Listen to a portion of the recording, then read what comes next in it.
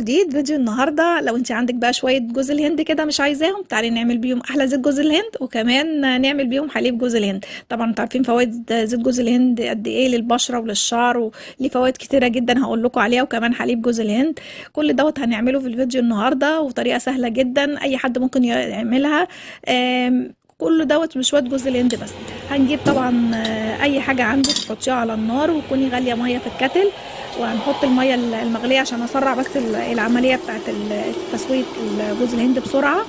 انا حطيت ميه مغليه، وهضيف عليهم كوبايتين من جوز الهند،